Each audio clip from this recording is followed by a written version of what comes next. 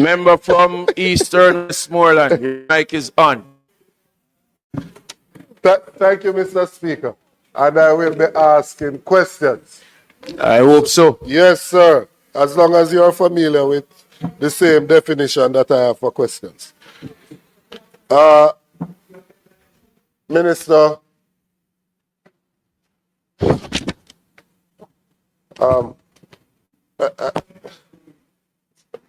I'm wondering if it's because of that sort of voter remark why when you come to Eastern Westmoreland you don't inform me that you are there.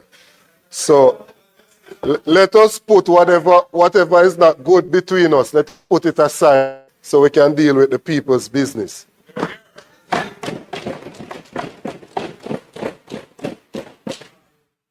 My first question, Minister, in relation to the mobile gas stations, we still have a pressing need in Eastern Westmoreland for us to have access to those services, especially in an area like Betheltown that does not have a functioning gas station to begin with. So I'm, again, just bringing that to your attention that we would like to have mobile gas stations in Eastern Westmoreland.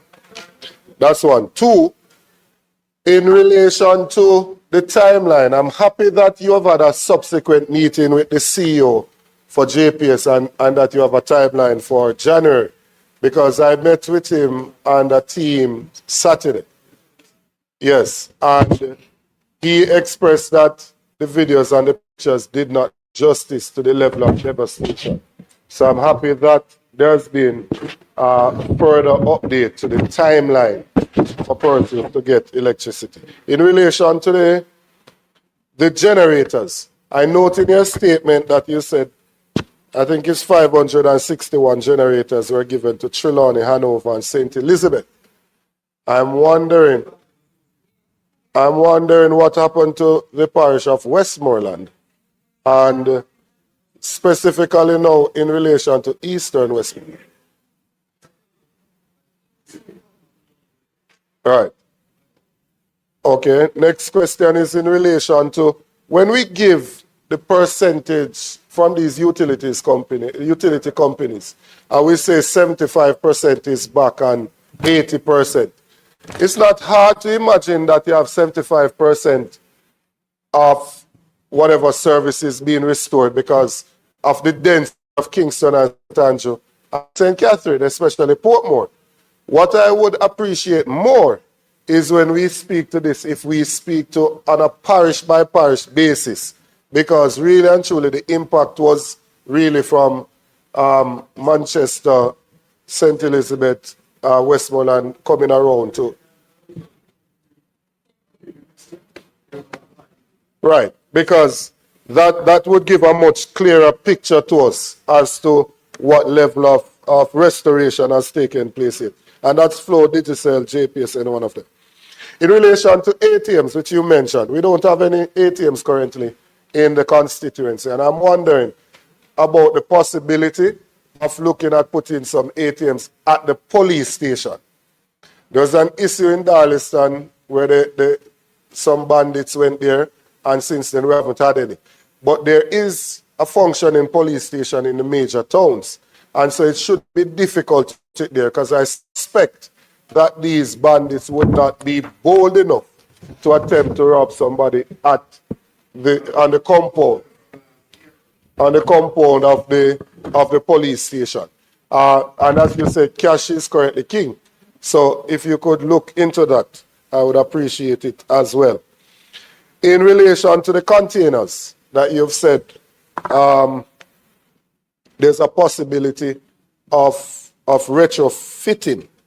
I'm wondering if it is to get access to the containers that is causing the delay, or it is the process of retrofitting, the access to get, because you said in your statement several times that there are persons who don't have even a tarpaulin. I wrote it down.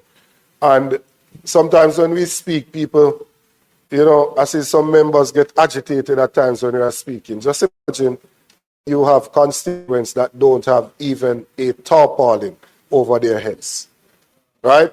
To speak up and advocate for that person could not be seen as anything but making representation, which is what they elected you to do in the first place,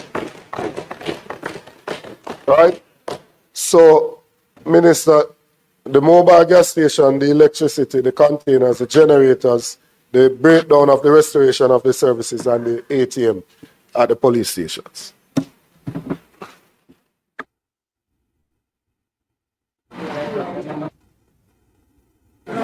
Well, Thank you, member. Just to say to you that yes, those issues that you raise can easily be answered. And I'd appreciate if you just send me something, outline it to me, so that I can forward it to who needs to get the responses. But nothing that you have said is undoable. The only thing is the 1,000 containers that are here and have been forever are not owned by the government. We are asking, based on the circumstances, if they could make them available to us as a humanitarian gift, but they are owned by several different shipping lines. Just to go back, member, if you indulge me, to my colleague, shadow spokesperson, accelerate operations at the Old Harbour LNG and Clarendon resume full operations on October 31st. Accelerate teams in Montego Bay resume full operations on November 1st. So the timelines were very short in relation to the period of thing. 28 was a hurricane, 29, 30, 31st, a matter of a few days. So that's good news in relation to the overall scheme in terms of your concern about possible major increases. So again, that's excellent coordination and work, especially the fact that even one of them was in Montego Bay that was able to be opened on November 1st. So member, as I said before, the things that you raised there, the information and data, what I can say is that based on the meeting with JPS and the fact that they have gotten the confirmation from the government to the agreement that we had yesterday verbally that's going to be documented, they're going to provide the government of Jamaica with a detailed listing which will take us to Christmas and take us to January. And that will be able to give communities timelines similar to what we did at the end of Beryl, because percentages mean nothing to me. It means nothing. If you don't know where your community is and when you expect it to get back light and you can't plan, then you're just in frustration and anxiety. So we will get that and we will publish that, or the JPS, once we sign off on it, will publish that on a daily basis as they did in the last few weeks of Beryl when we got on top of them to share information. But what is state again, this is not a fix that does not include the worst affected areas. This includes sections of the worst affected areas for Christmas and by end of January, early February. member from St.